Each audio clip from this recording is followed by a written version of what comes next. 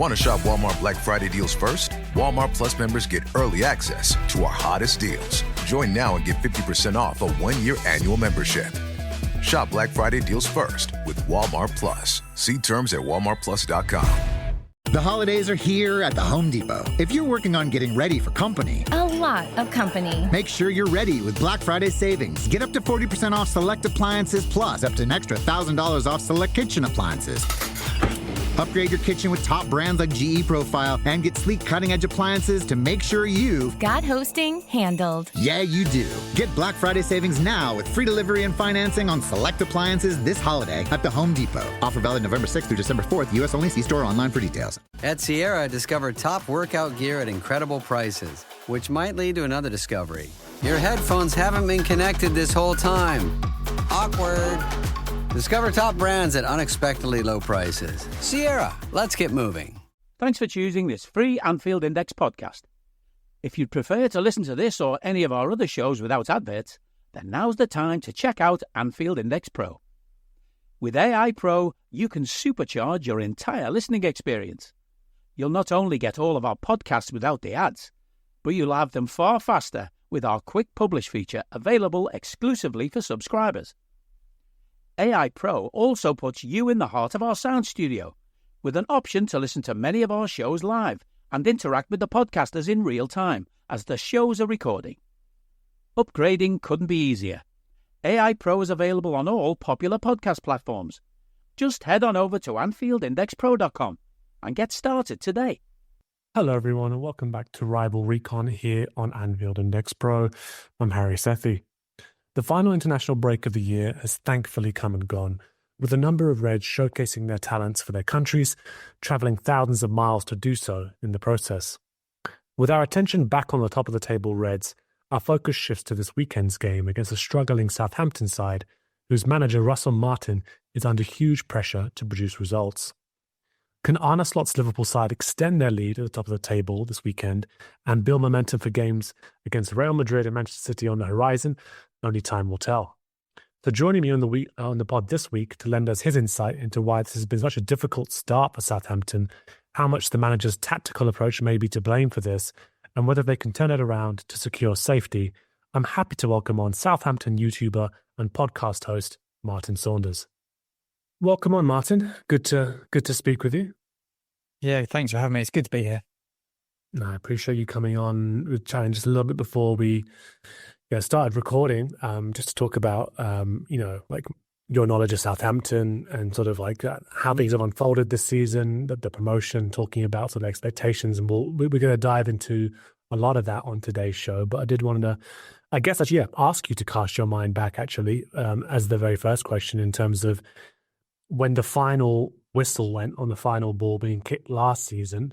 I think I know which game we're going to be describing here. I mean, the feeling I'm guessing was one of ecstasy and like elation that the club were going to be back in the Premier League. But just give me your overarching thoughts on how the season unfolded and how it concluded ultimately.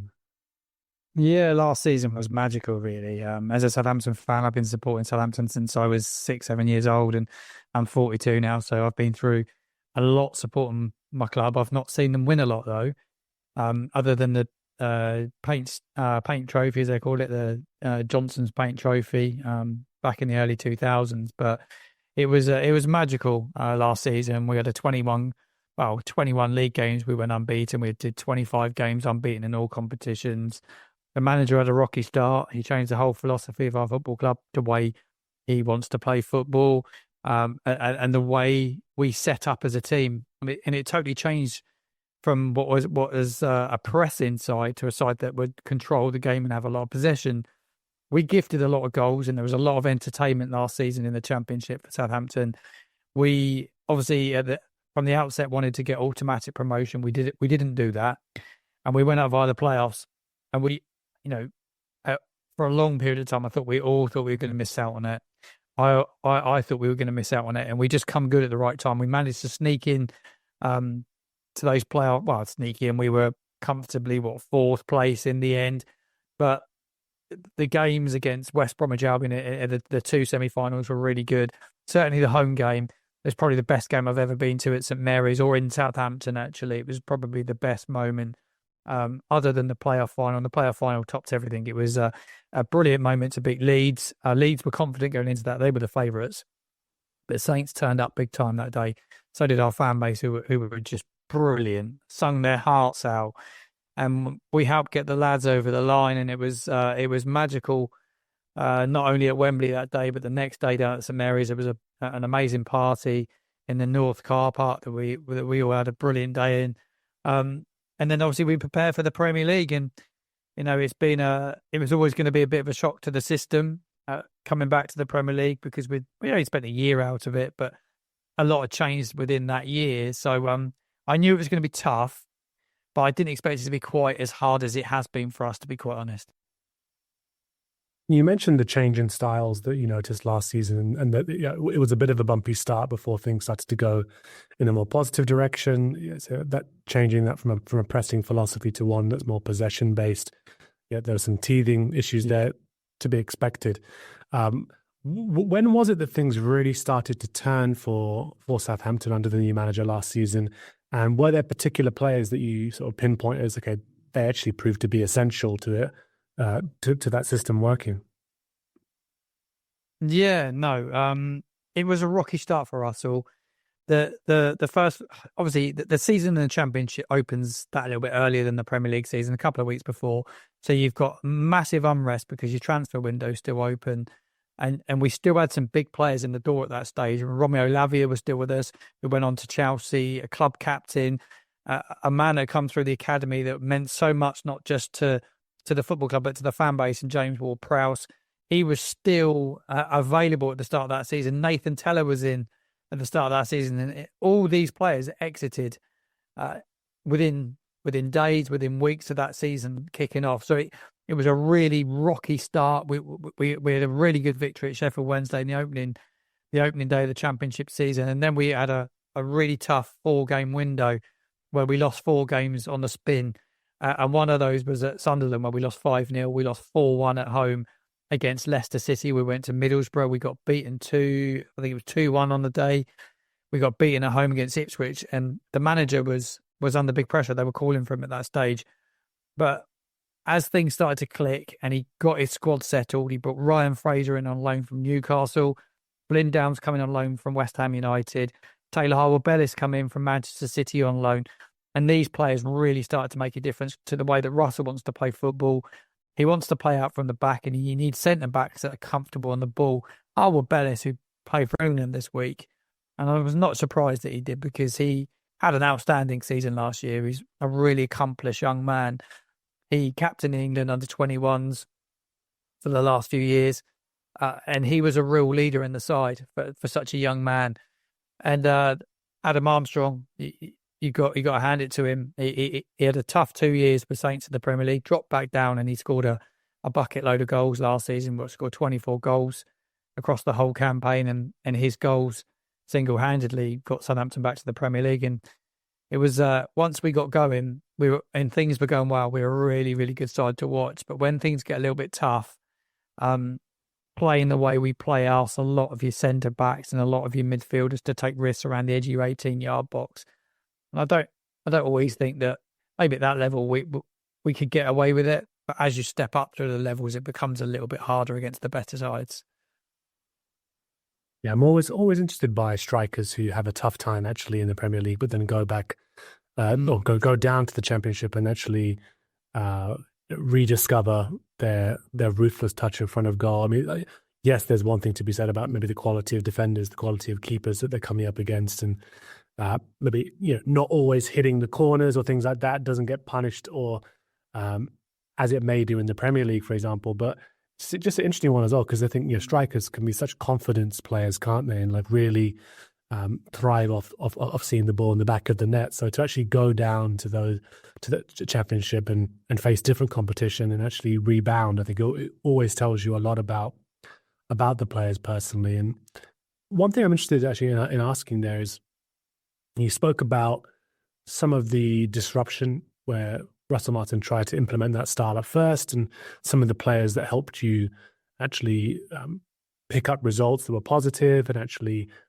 reinforced that the style was one to be persevered with, ultimately got you that promotion to the Premier League.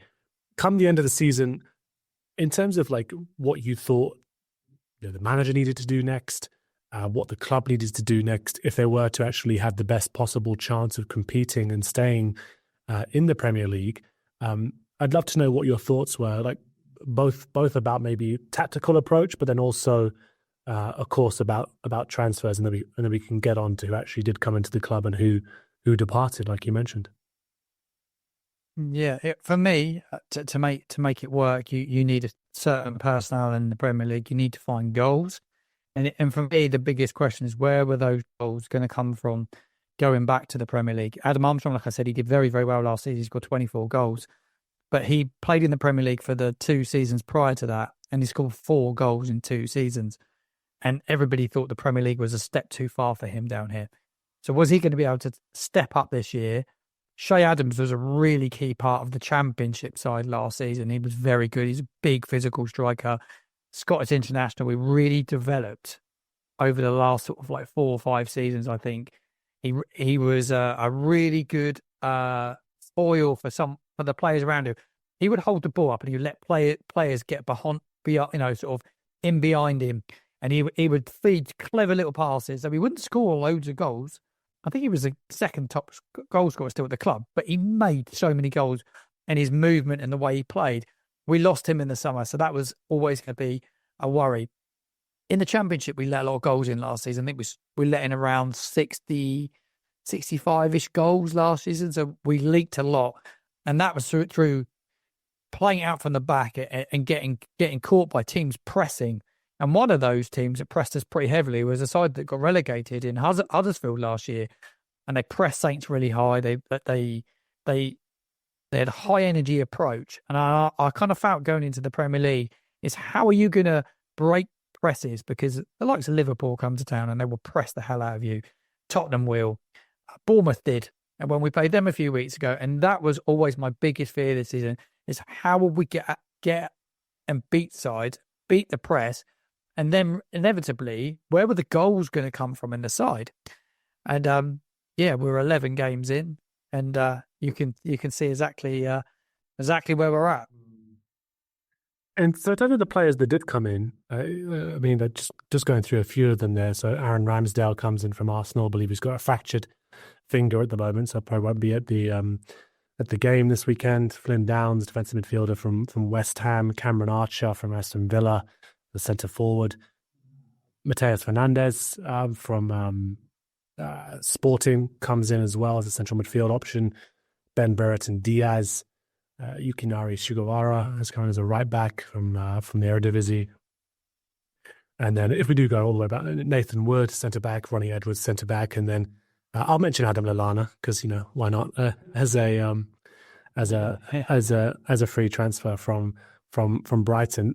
Please tell me if I've missed if I've missed some there. But in terms of like seeing that business done by the club there in terms of spending about 117 odd million euros, I suppose, actually in terms of the actual transfer fees. What was your feeling on the profile of the players that were pursued? There's also was one more, just sort of Taylor Harwood Bellis as well from Manchester City, but the profile of the players who were pursued, the quality, I suppose, and then also whether they were in the roles in the squad that you felt needed to be strengthened. I don't think we recruited quite as well as we needed to in the final third. I think defensively, we had a fairly solid back four, really. Kyle Walker-Peters is an England international. We all expected to lose him this summer. We all thought he would go. He's in the final year of his contract. He's refused to sign a new contract at St Mary's. He wants a new challenge. The club have let him enter the final year of his contract, which they said they wouldn't do with a player again. It happened with Shay Adams and Stuart Armstrong last season. They entered the final years of their contract, couldn't come to a resolution, and they lost them both for free. Kyle Walker-Peters, they would have seen as one of their biggest assets, and they've let that happen, which is not good. But obviously, in terms of playing style, he's your best right back. You bring in Aaron Ramsdale, who's an England international, brilliant goalkeeper. Harwood Bellis, England under-21 international. He's played for the national side this week. He was good last season. Polish international in Jan Bednarek. He's played at this level. A really good, accomplished centre-back. Left-back was a bit of a concern, but we brought Charlie Taylor in from Burnley. He's not played a great deal of football, so we recruited to cover that spot. Obviously, Yuki Sugawara, the right-back's come in. So he's ended up with two really good right-backs, because Yuki Sugawara is a very, very good right-back. He's a Japanese international, like you said. He looked very comfortable at this level. So he's ended up, because Walker Peters can play at left-back, and he wants to play his two best left-backs. So he's playing Walker Peters at left-back and Yuki Sugawara at right-back. It maybe unbalances this side slightly. But then if you look at the rest of the recruitment, the midfield, we were probably short of another really good holding midfielder. We had a lad called Shay Charles who come in the summer before. He was from Man City, very promising young man. Paid a lot of money for him. It was in excess of around 10, 12 million pounds. He was expected to be the next big thing. He didn't get loads of opportunity last season because of Downs' form. We loaned him out to Sheffield Wednesday and brought in Leslie Iheanacho from Chelsea as a backup, or somebody that could play in alongside Downs. I was quite happy with that. I've seen his performances since, and I feel totally different about it.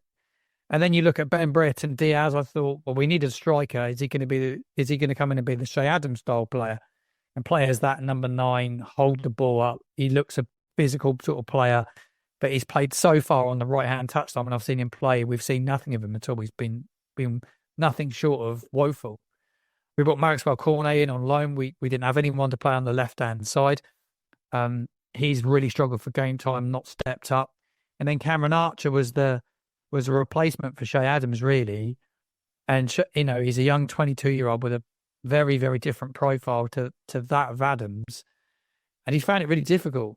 He's scoring goals, but it's difficult because of the way we play football. We're not playing to Cam's strengths. He makes some fantastic runs, and it works in the channel, but the way Southampton build and the way they play doesn't suit him. So I question a little bit of our recruitment, and that's the biggest criticism by a lot of our fan base now, on certainly our board and the owners for what they've purchased. There was a lot of talk of trying to get Liam Delap, and they missed out on that because of supposedly wages. He grew up down here in Winchester. His dad played for Southampton Football Club. He was a player that we really needed. He fits what we needed, and we didn't get that style of striker in, and it worried me a little bit going into the start of the season, because I felt we needed almost like that replacement for Adams, somebody younger, fresher. I thought Delap fitted that bill, and he's proved that because of what he's done at Ipswich. He's been brilliant. He's the top English scorer in the division. He's everything we needed, and he'd probably be the difference between Ipswich staying up and going down. And we brought Ryan Fraser in on loan, but I don't think the recruitment, certainly in the final third's been enough. I don't think he has Russell Martin anywhere near enough in the final third to keep this team in the Premier League. I really don't, and then that's me being totally honest. This episode is brought to you by Allstate. Some people just know they could save hundreds on car insurance by checking Allstate first. Like to check the date of the big game first before you accidentally buy tickets on your 20th wedding anniversary and have to spend the next 20 years of your marriage making up for it. Yeah, checking first is smart. So check Allstate first for a quote that could save you hundreds. You're in good hands with Allstate. Savings vary. Terms apply. Allstate Fire and Casualty Insurance Company and Affiliates. Northbrook, Illinois. Chronic migraine is 15 or more headache days a month, each lasting 4 hours or more. Botox, onabotulinum toxin A, prevents headaches in adults with chronic migraine. It's not for adults with migraine with 14 or fewer headache days a month. It prevents, on average, 8 to 9 headache days a month versus 6 to 7 for placebo. Prescription Botox is injected by your doctor. Effects of Botox may spread hours to weeks after injection, causing serious symptoms. Alert your doctor right away, as difficulty swallowing, speaking, breathing, eye problems, or muscle weakness can be signs of a life-threatening condition. Patients with these conditions before injection are at highest risk. Side effects may include allergic reactions, neck and injection site pain, fatigue, and headache. Allergic reactions can include rash, welts, asthma symptoms, and dizziness. Don't receive Botox if there's a skin infection. Tell your doctor your medical history, muscle or nerve conditions, including ALS, Lou Gehrig's disease, myasthenia gravis or Lambert-Eaton syndrome, and medications, including botulinum toxins, as these may increase the risk of serious side effects. Ask your doctor and visit BotoxChronicMigraine.com or call 1-800-44-BOTOX to learn more. This year, Santa's bringing the power of Energizer into his workshop. Whoa, the Energizer Bunny's got so much power. Wait, he's powered up all the toys. I think that means we're done for the year. I love this bunny. He's the hardest working helper the North Pole has ever seen. And he wants all your gifts to have the power of the #1 longest lasting AA battery. So this holiday season, stock up on Santa's and the elves' favorite battery, Energizer Ultimate Lithium. I don't need a VPN. I've got nothing to hide. Ha. This is what I used to tell myself before I hooked up with LibertyShield.com.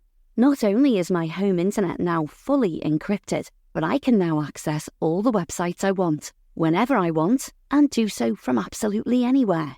As a Liverpool fan, I love to know I can now watch every match, regardless of whether it's on UK TV or not. My Liberty Shield VPN makes sure nothing is blocked and guarantees me super fast streaming speed throughout that match. You can get connected right now with their software package, which includes a 48-hour no-obligation free trial and instant access to their apps for Apple, Android, Fire TV, PC, Mac and Android TV. Or go a step further like I have and get one of their pre-configured VPN routers. These small but powerful devices allow you to easily connect every device in your home to VPN, making it the perfect solution for smart TVs, Mac boxes and games consoles. Visit LibertyShield.com today and use coupon code AIVPN25 to get 25% off at checkout. Nothing like seeing Delap in the Premier League to make you feel old, actually. And so when you do realise who his father was, of course, the infamous man who the crowd got very excited when the ball went out of play when he was doing an incredible throw. Yeah, an incredible throws. As we saw for many years down here at St Mary's, he had a nice period of time here. Yeah, exactly. And I wanted to just touch upon something you mentioned there about the build up from the back, that possession-based style, it being risky in the Championship and you being caught a number of times in the Championship by teams that pressed effectively and high. And so we'll talk about the recruitment in attacking areas, and I think it's pretty clear that you think that was lacking to compete in the Premier League. But I'm interested, when you said that if you're going to go and pursue that style in the Premier League where teams are even better at pressing and have been doing it for a long time in a pretty systematic approach, you need those players who are defenders who are comfortable on the ball, can play it out of the back, and actually midfielders who are really good at receiving the ball on the half turn and actually can actually then spray the ball on, or actually sort of again resist being pressed with their back, or actually facing goal actually, and be able to turn their way out of problems. It's one thing that has been Liverpool have been pursuing for a while since Fabinho left the club. And trying to find players who can kind of fit that profile, and it seems like Gravenberch this season has stepped up into that role. But I just, in terms of that aspect of Southampton's game, and the defenders and midfielders who have been charged with dealing with that, do you think again it's just a case of them lacking the quality to be able to implement that style, or do you think actually it's just this is a very hard style to implement unless you have top quality players when you're competing in a league like the Premier League? Yeah, I think you need players that can play at this level. I think you need leaders and experience. You need a very good spine in any Premier League side. Goalkeeper, centre back, central midfielder, and striker. You need all those elements. And then if you're a team like Southampton, you need to have incredible work ethic to get results, because it's so much harder. You don't have the money and the power of a lot of these sides in the Premier League. And look, it's always going to be hard to bring in the player that we need, because, but saying that, we spent 100 million, like you said at the top of the show, but we probably spent it on squad fillers and not enough on, I'll call it like a marquee signing.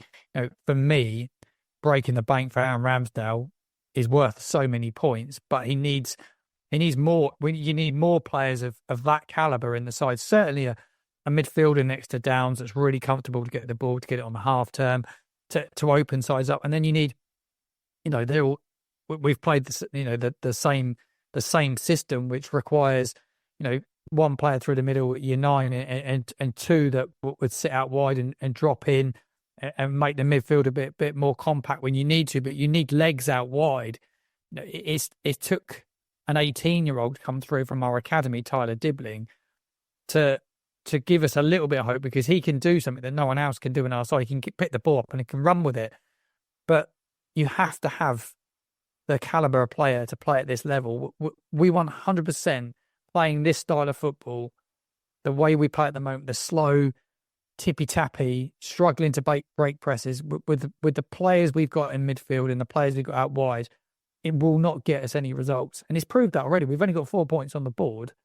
Already this season with 4 points on the board. It's probably one of the worst starts of any Premier League side right now. We're the lowest scorers. We've scored 7 goals in the Premier League. So something is majorly wrong, and it needs to change really quickly if we're going to get results. But we go back to probably game week 3 against Brentford, and we were just picked off on a press, and we haven't learned from it. We went to Bournemouth, we did the same. They played a press on us, they picked us off. But you have to find different ways of playing football, don't you? You have to look at your squad and utilise what you've got. And actually, we do have some physical players within our squad. One of those being a striker, which I'll talk about a bit more in a minute. Paul Nuachu, a totally different profile to Cameron Archer, but we don't utilise him or play to his strengths. But we're so desperate now. People are calling upon a player that's been there for a couple of years and been out on loan, and we're so desperate to see something different. They're calling for Nuachu to start in games. So it's finding ways to play to win games of football now. You mentioned that Brentford game, and we'll touch upon sort of specific fixtures you've seen so far, and which of them, I suppose, tell the tale of the season. And I imagine there's a few there that you could pick from. But in terms of like tactical approach, and Russell Martin came in last season. This was his style. He stuck with it even when it was difficult. As you mentioned there were stages where people were calling for his head. He's under pressure before he managed to turn things around. Was there any surprise that I suppose there wasn't much surprise in that he came into the Premier League and has so staunchly stuck to his principles. I'm almost thinking a little bit about Burnley under Company, right, where it was pretty clear he had this style of play. He was trying to implement it. His team are getting picked off in the same way week in, week out, and there seemed to be just an acceptance amongst the club that we might go down, but we believe in this and we're going to rebuild again, etc. And it worked in the Championship, so that's fine. Of course, then he ends up going to Bayern Munich, which I'm not suggesting Russell Martin's going to suddenly head off to Borussia Dortmund or something like that at the end of the season. But are you surprised? Are fans surprised that he has stuck so strongly to these principles, or is it what you expected? No, I'm really surprised. I sat on the overlap at the start of the season, and there's a similar conversation. Do you think he'll stick to his principles? And I actually defended him and said I think he will adapt and he'll look for different ways to play football. I think he'll get personnel in that can give him another way of playing, and I thought that he would definitely tweak things, because he certainly did in the playoffs. Instead of playing a flat 4, he went with a back 5-3, with the ball, and we'd use wing backs, and we'd make midfield more compact. We play Jack Stevens, who's the club captain, would play as a centre back, but he would sit into midfield, and the sort of rotate between left backs. A bit like Man City were doing with John Stones actually. It was interesting. He was doing it with a player of Jack Stevens' calibre. But he was adapting how we play, and we didn't have as much of the ball against Leeds as we did do in a lot of games last season. So I thought actually he found a way of playing football that's slightly different here. And to go into the Premier League and to watch what Burnley did last season and Sheffield United and continued to do, it's quite scary, really. And myself as a Southampton fan that's seen the club in the Premier League since the Premier League's inception, Southampton has spent a long, long time within it. We only spent we spent a period of time out of it when we got relegated to the Championship, went down to League One, but we come back within the 5 years. So we spent 5 years out of it, a year out of it last year. And the acceptance, I'm surprised at around our fan base that, if we go down, the Championship was brilliant last season, we're going to have another jolly in the Championship.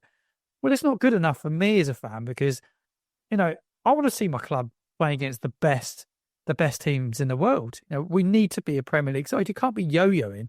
And the football club has to come first. It's all well and good having a philosophy of, we want to play this sexy football, this a certain way throughout the football club.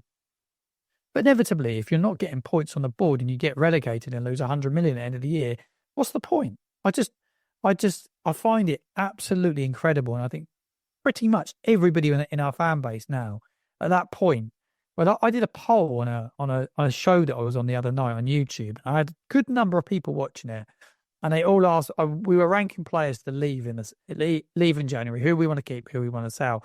And they all asked to do a poll on Russell Martin.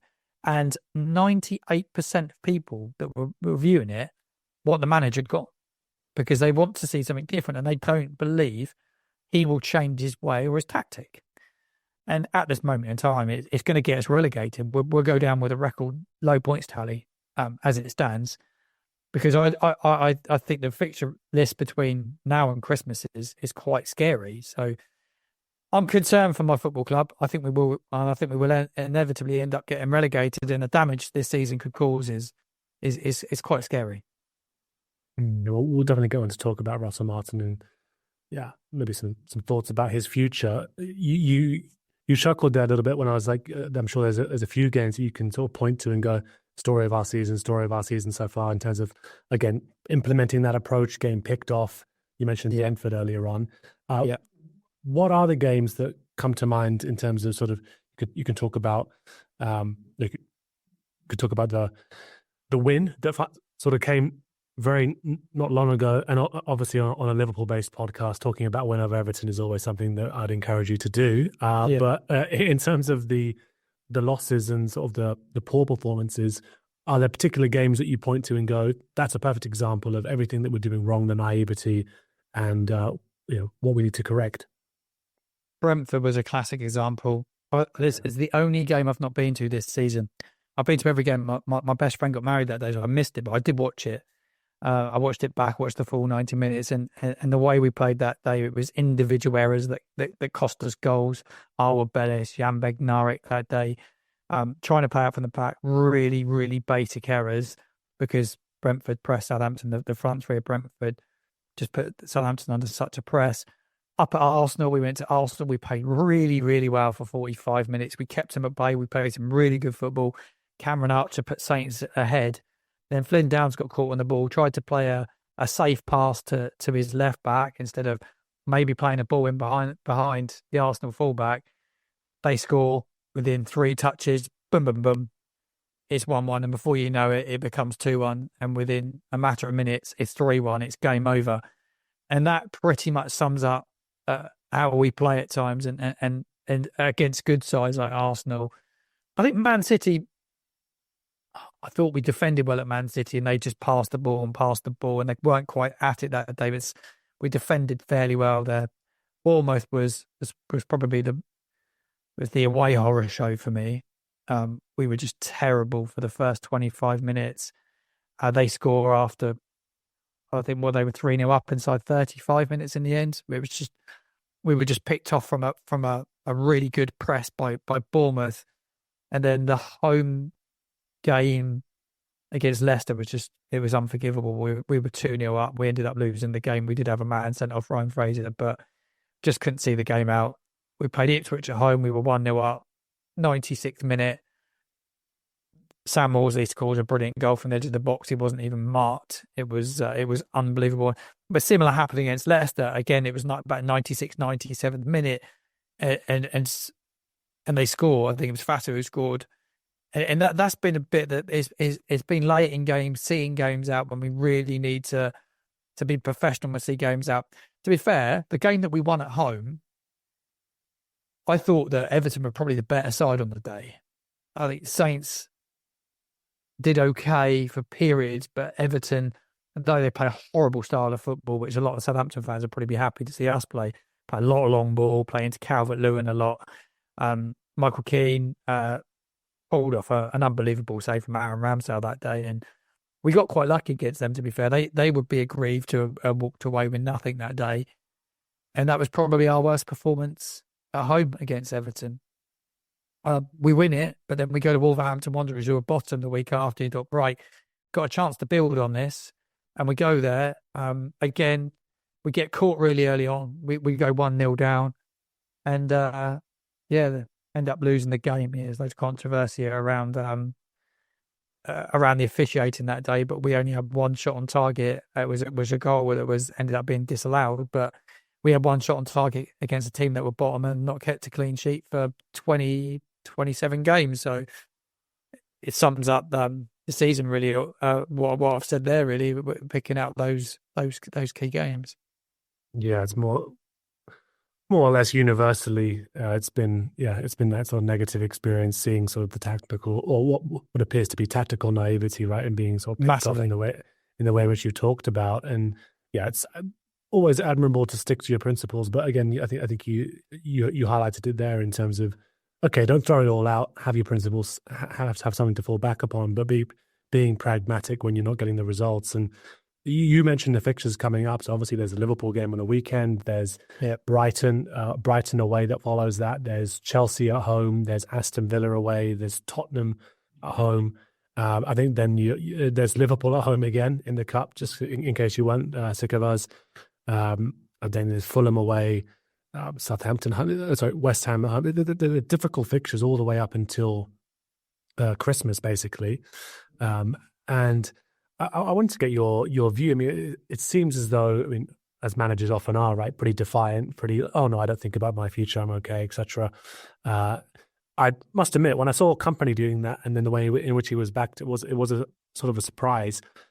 What you described to me, and the feeling amongst the fan base having turned.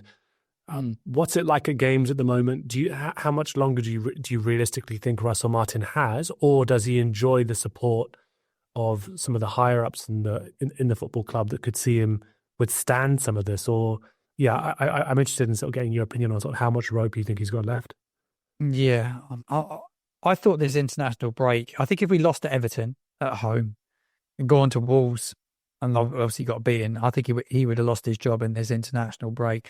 I think the Everton game probably saved him, to be quite honest. There was a lot of talk prior to this international break that he had a sort of 3 games. But there was a 4-game block, but after the first game back was maybe Arsenal. The 3 games there, he had that to save his job, and the board were quite split on him. I think he has big backing from the big decision maker there.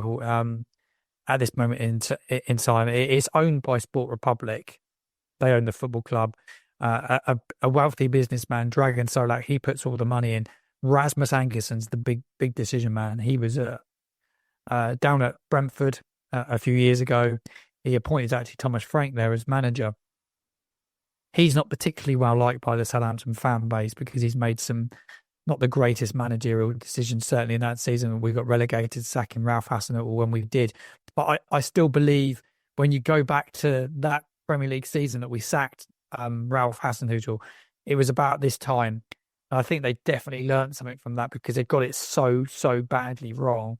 And they brought the wrong man in Nathan Jones, and the season was just ruined. In the space of 3 months, we were pretty much relegated by the time Ruben Sellers, who was the assistant coach, came in.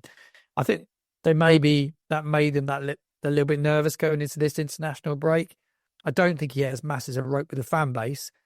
It turns toxic at our place. We don't have the massive amount of patience with managers. I don't think so anyway. I think the pressure's really, really mounting on him now that he had a little bit of leeway because of what he did last season. But a lot of fans would have been the older fan base. I'm 42. I know a lot of people around my age. There was a lot of them were like, "It's got us up. It's time for him to move on because this won't work in the Premier League." And then they're all probably being proven right. I don't think he has a massive amount of leeway now. I really, really don't. A lot of people want to change because not only they find the football a bit boring, the results are not there.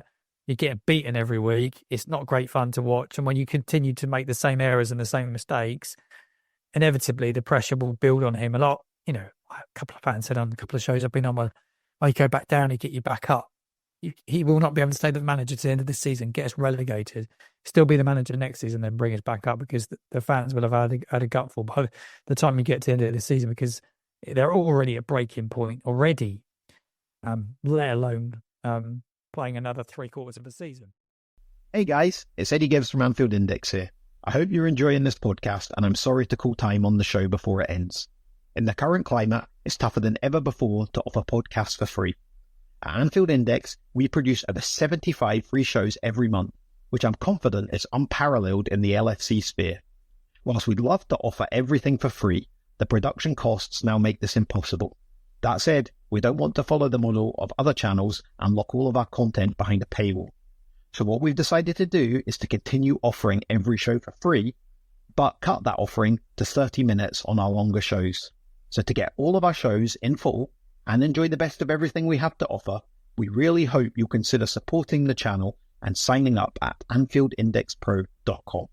For about the price of 1 cup of coffee, you'll get every podcast in full with 0 ads.